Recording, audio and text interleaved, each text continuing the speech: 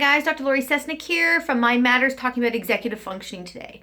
Executive functioning refers to the ability to organize and plan. When something goes wrong with executive functioning, you feel it and you know it.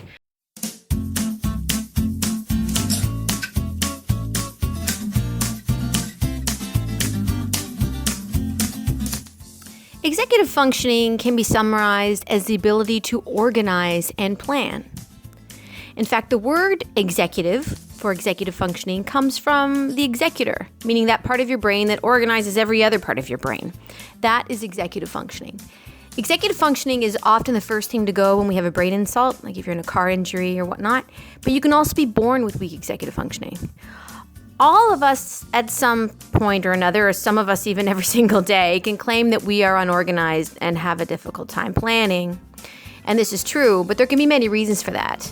Everything from just having too much on your plate, not enough support in your life to get things done, maybe lack of sleep, poor diet. A lot of things can make it hard for us to function daily. But if you were born with weak executive functioning, which is common with ADHD and other things, but if you were born with weak executive functioning and or acquired it from a head injury, it is debilitating to your life, absolutely debilitating. It can be hard to even function and get things done. In fact, it's fair to say that a disorder of executive function could be referenced as a disorder of performance, a performance disorder, because it's just really hard to get things done.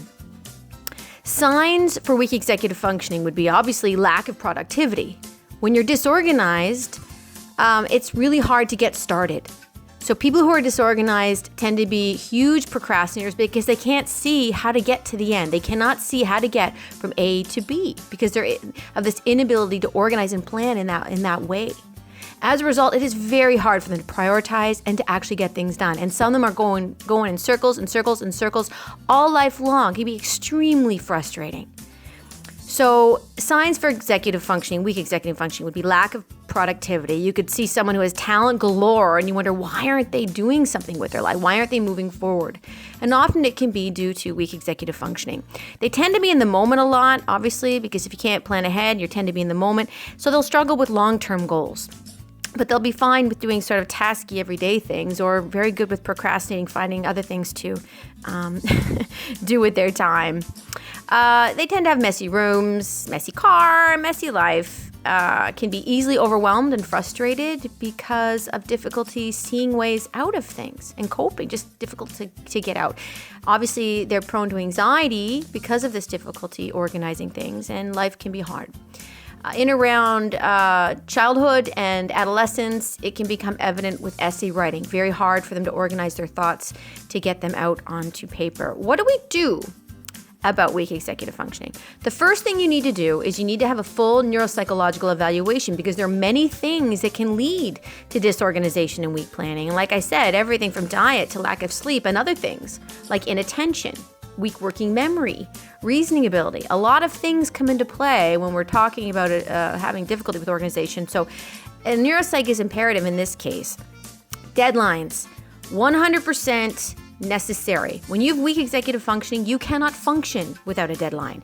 In fact, people with weak executive functioning still tend to get things done at the last minute. They don't get started until they feel that feeling in their gut, like, oh no, this is due, and then they'll do it at the last minute. So they need to be on a schedule, and they need to learn how to follow a daily schedule, and they need someone to actually set that schedule up for them. Someone that's going to help them plan out their annual goals, turn them into monthly, weekly, and daily goals, and they need to learn how to follow those goals. Tips to follow those goals would be learning to feel the feeling you're going to feel when you accomplish that goal. You have to bring that feeling into the now so that you feel it now. You have to remind yourself of, what is that going to feel like when I'm done? What will that feel like? And that should help motivate you on a daily basis to get things done. Get help to declutter your life. Get help to get things done that aren't as important as the big things, okay? You get someone to help you prioritize, so you know what to prioritize and what to work on. And then when you need help with all the little things, maybe helping to clean your house or whatnot, get help. Ask for help. Do not be afraid to ask for help. You are not lazy. You are not stupid. You have weak executive functioning, and there are many things that we can do to help it. And if you feel like you're lazy and you just can't get started, or you feel like you're a master procrastinator, it might be a good idea to get a neuropsych eval done just to see if this is something quite real. Hey guys, so that was executive functioning. I'm Dr. Laurie Cestnick from My Matters. See you next time.